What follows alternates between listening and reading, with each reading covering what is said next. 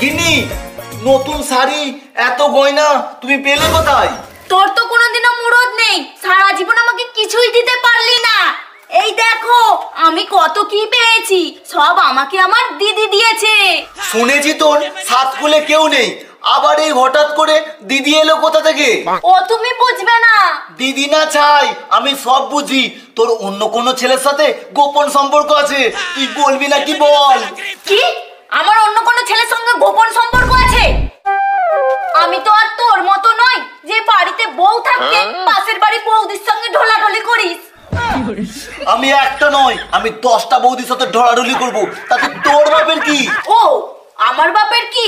তাহলে তুইও একটা কথা ভালো করে শুনে না, এই সব গয়নাগাটির টাকা পয়সা সব আমাকে আমার দিদি দিয়েছে। আর দিদি বলেছে প্রত্যেক মাসে মাসেই টাকা দেবে, সেই টাকায় আমি আমার জীবনের সব শখ আহ্লাদ মেটাবো। এই তুই একই কথা বলছিস? দেখবো দেখবো তোর দিদি তোকে কতদিন টাকা দেয়, সেই তো মাসের শেষে আমার কাছে ভিখারির মতো হাত পাতবি। ওরে তোর কাছে আমি ভিখারির মতো হাত পাতবো না, উল্টে তুই আমার কাছে ভিখারির মতো হাত পাতবি। সেটা তো সময়ই বলবে। আমি এখন চললাম পল্টুর চুল্লুর থেকে। যা যা আমার চোখের সামনে দূর হ দেখি। प्रभु हे प्रभु हे हरि राम कृष्ण जगन्नाथ प्रेमानंदे। বাহ, এই শাড়িটা তো খুবই সুন্দর, এই শাড়িটা অর্ডার করে দিই।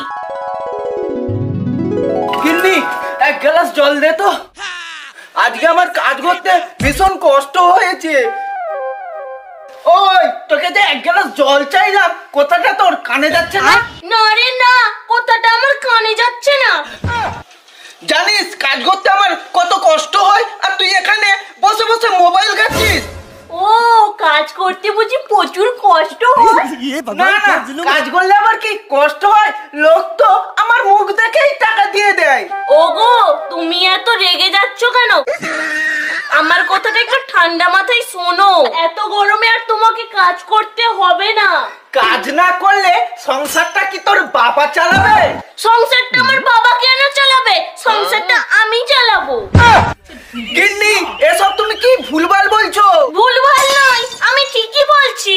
তাহলে গিন্নি আমি কোনো কাজের নয়? আমি ও কথা বলতে চাইনি, এই সংসারের দায় দায়িত্ব আমার, আর আমার সব দায় দায়িত্ব তোমার। তার মানে?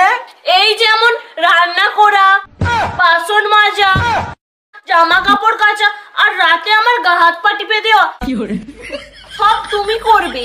তোর এত বড় সাহস আমাকে দিয়ে বাড়ির সমস্ত কাজ করাবি? তোকে আমি মেরেই ফেলবো। কি তুই আমাকে মারবি? তবে আইনে তুই আমার গায়ে হাত তুললিস? তোকে এত বড় সাহস কে দিয়েছে? আমাকে এত বড় সাহস আমার দিদি দিয়েছে।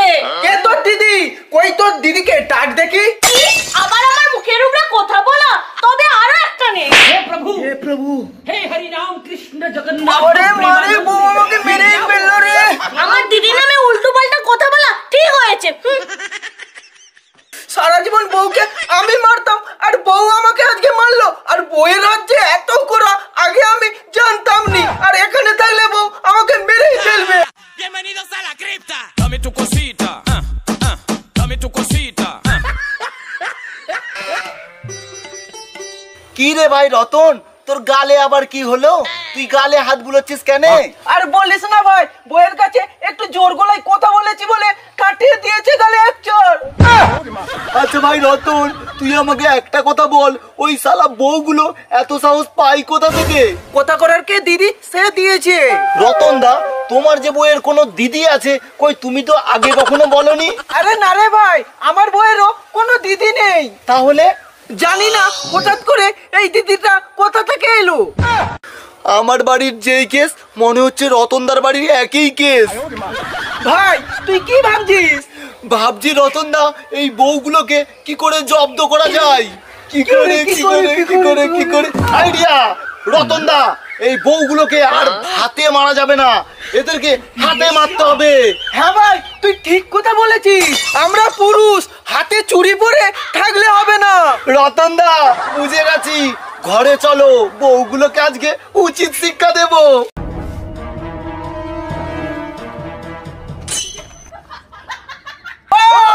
তোরা দুজন এখানে বসে হাওয়া খাচ্ছিস? আমরা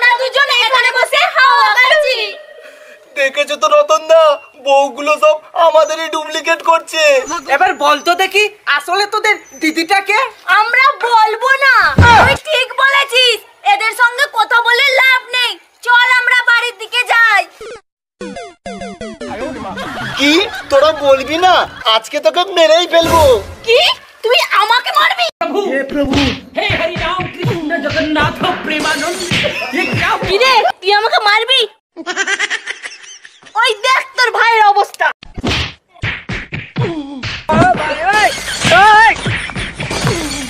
আমি পারি না আর পারি না, আমি কেন মরি না। হ্যাঁ গো, তোমরা যাচ্ছ যাও, তোমাদের দিদিটাকে বলে যাও। আমাদের দিদি হলো মমতা দিদি। তার মানে ভাই লক্ষ্মীর ভান্ডার। হ্যাঁ গো, লক্ষ্মীর ভান্ডার ছিল 1000 হলো 1200, তাই তো আমাদের এত পার। Bienvenidos a la cripta. Dame tu cosita.